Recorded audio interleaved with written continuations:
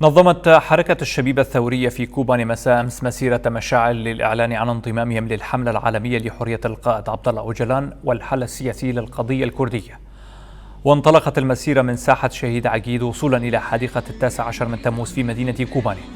وخلال المسيرة ألقيت كلمة باسم حركة الشبيبة الثورية في إقليم الفرات، قرأها هلال علي عضو حركة الشبيبة الثورية في مقاطعة كوباني. قال فيها: الآن 74 دولة يقومون بفعاليات من أجل المطالبة بالحرية الجسدية للقائد عبد الله أوجلان، ونحن كشبيبة كوباني نعلن تضامننا مع هذه الحملة حتى تحقيق الحرية الجسدية للقائد أبو. وأكد البيان بأن حرية القائد أبو هي حل للقضية الكردية، وأضاف أن نضالهم ومقاومتهم ستستمر حتى تحقيق حرية القائد عبد الله أوجلان الجسدية.